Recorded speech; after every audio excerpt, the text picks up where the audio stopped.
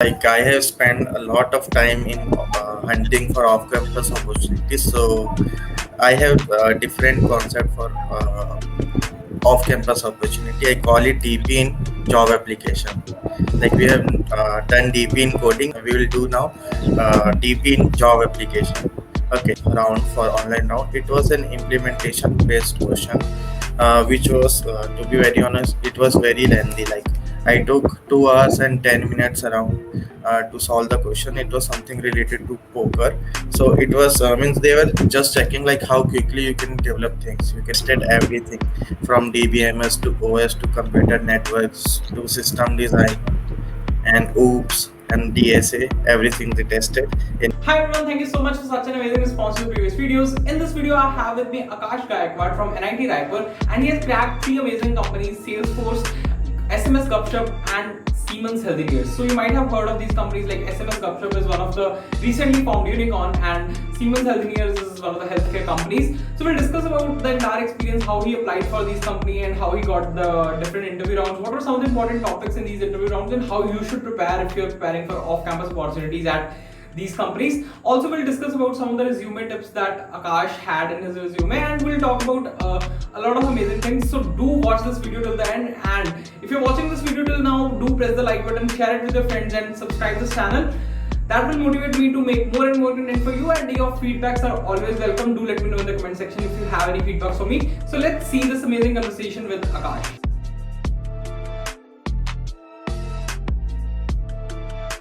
Thank you so much, Akash, for accepting the invitation and coming here. Hey everyone, today I have with me Akash Gayakwad. He's from NIT Raipur, and he has grabbed three amazing offers at companies like Salesforce, like SMS Gupshup, and Siemens Healthineers.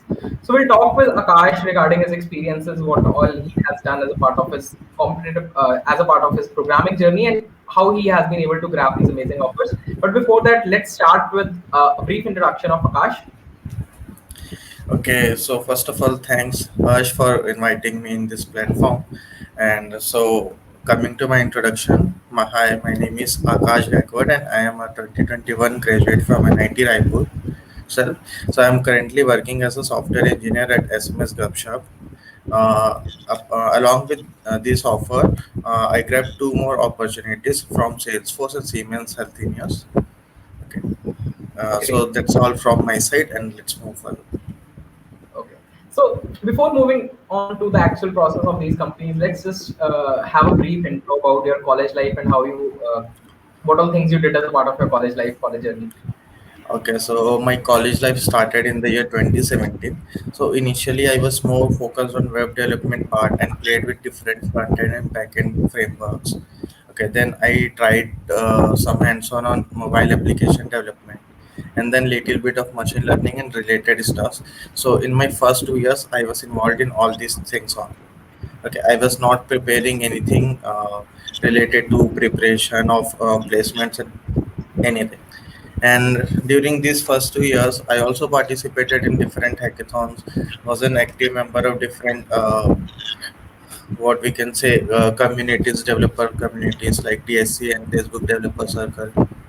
Okay. In my third year, I started preparing for placement like DSA and core subjects and other system design stuffs and all. Okay. And during this entire journey, I made a lot of mistakes, which I will be telling you during this interview. Great, amazing. So we'll discuss about these three offers that you've got. Like the offer of Salesforce was an on-campus, whereas the offer that you got at SMS Gupshup is one of the unicorns, and the offer at Siemens Healthineers was also off-campus. So we'll start with the process of Salesforce. Like I would like you to mention about the type of questions asked in the online test, the difficulty level, and further interview round. Like what were some of the important topics with respect to all the three companies, starting with. Salesforce. So in Salesforce online trial, there were three questions and the timing was around 90 minutes. Okay, so the first two questions were somewhat in medium level and the final question was in hard level. So I was able to solve 2.5, means I was able to solve both the medium questions and the last hard question I solved it partially. Okay, so I was able to crack the online coding round. Then moving to interviews round, there were total three rounds of interview. Okay, in which one round was two rounds were technical and one was HR round. Okay, so the first technical round was like basic stuffs like data structures and algorithms, and little bit about projects, internships. And the second round was more on high level things like system design. So the interviewer gave me some conditions or situations like we want to design this thing, so how you are going to design this, and what are the databases you are using, and what are the things that you will have to keep in mind while designing all such stuff. So these were the high level discussion that I went through. And the last round was basic HR round. It was quite lengthy. The interview HR tried to manipulate me. Okay, but I somehow managed to means I was in my view only. I did not change my view. Okay, then moving to SMS Gupshup. So uh, the change in their online round was, it was not typical data structure and algorithm round for online round. It was an implementation based question, which was, to be very honest, it was very lengthy. Like I took 2 hours and 10 minutes around to solve the question. It was something related to poker. So it was means they were just checking like how quickly you can develop things, you can implement things, and which is must because I am working in this company, so I know that the company is very quickly growing, so they need rapid development, so they need people who can develop things quickly. So the test was fairly justifiable for them. Okay, then there were two rounds. The first one was technical round. Okay, so there were some simple questions related to hashing, and then collision, then probing. Means they went into details of hashing. Okay, then they asked me about dry data structures. Okay, and some database concepts. They discussed about transactions in database. Okay, so the questions were not typical like what we read in our curriculum. Uh, they were like a level above that, like why transactions happen, and uh, what is the advantages of transactions and what we get, and different scenarios they discussed about it. Okay, and the second one was also tech plus HR round. Okay, so they asked some HR related questions, and other than that they asked some system design questions. Okay, they asked about projects. So the profile was basically for Java developer, so they asked some question related to Java and all these things. And one more thing, in system design they focused more on load balancing part. Great. Okay, I can understand, so like, when you talk about startups, so they are majorly focusing upon how good you are at development, right? yeah, How quickly you can make things and how quickly you can interpret things. That is very important. yeah. Yeah. And then moving to Siemens Healthineers. So this online round was little bit tough. Like there were two coding questions. One was of medium level and other was of hard level. And along with these two questions, there were 20 MCQs. Okay, Okay. and the MCQs were mixed. There were something related to programming, language specific questions, then aptitude. Okay, and all DBMS, OS, computer networks. So in this 20 question, every topic was covered. Okay, and so I was able to solve all the 20 MCQs, and I solved the hard question actually because I was not having much time to solve both the questions. So the marking of questions was like the first question, a coding question, was of 20 points, and the second was of 40 points. So I thought that I should solve the 41. So that's why I solved it. And moving to interview rounds, there were two technical rounds, one managerial round and one HR round. So in technical round, they tested everything from DBMS to OS to computer networks to system design and OOPS and DSA. Everything they tested in these two technical rounds, and they told me that next round is going to be managerial, but it was also more of a technical round. Okay, So they were giving some system design questions. I answered them, and in those technical questions only they were judging my managerial skills also. Okay, so after the interview, they gave me feedback. Like I asked them about my feedback, so they told me that we judged you based on this only. Okay, so this was something new for me. And then the final round was HR round. So they discussed like you are having opportunity, so why you want to grab a new one, and why you want to leave the other companies and other stuffs, and basic manage HR questions. Okay, team management, and how you handle team conflicts and all. Got it. Okay, and interview internship experience and other stuff.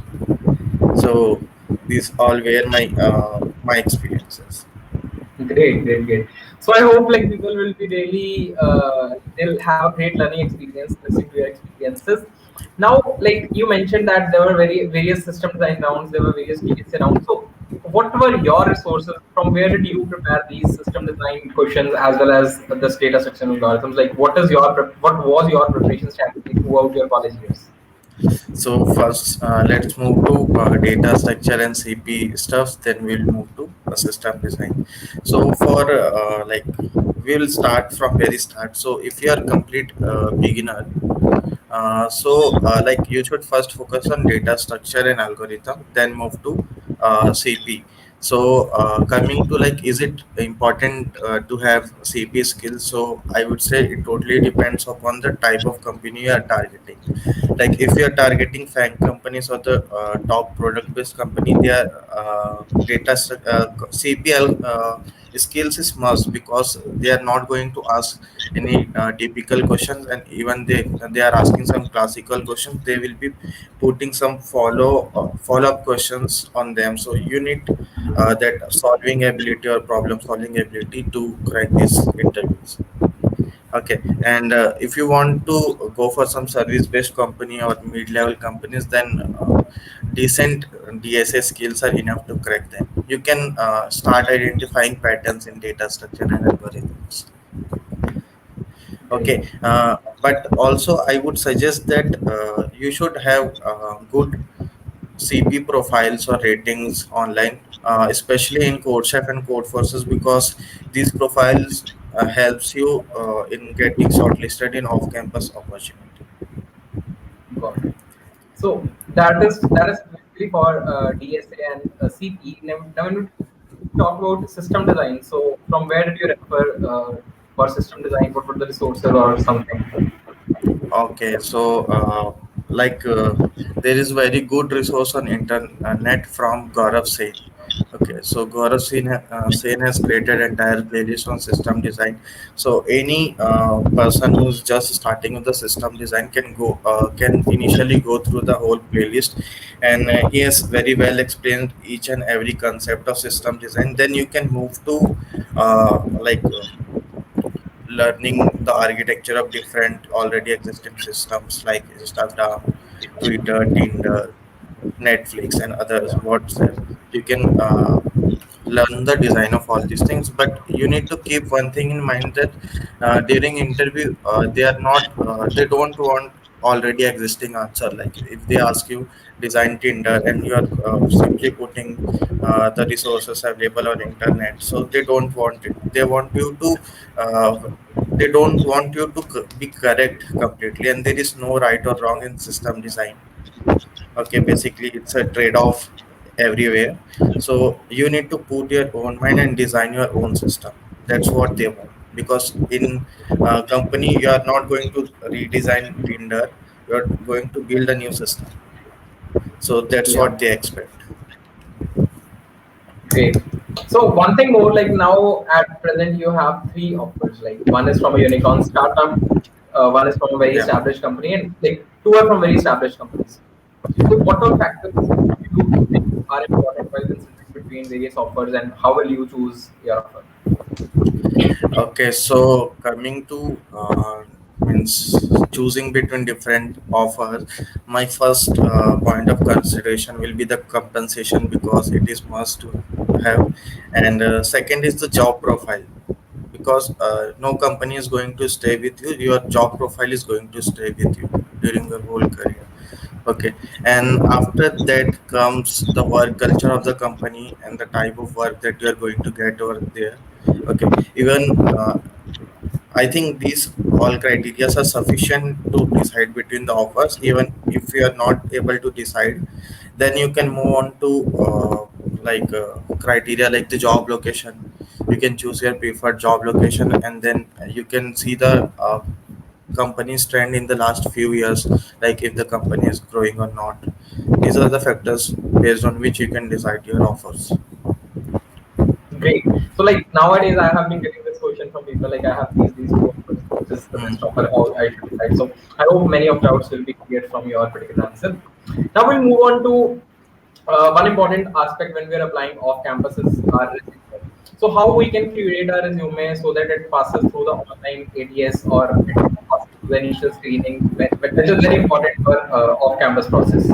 Yeah, like I have spent a lot of time in hunting for off-campus opportunities. So I have a different concept for off-campus opportunity. I call it DP in job application.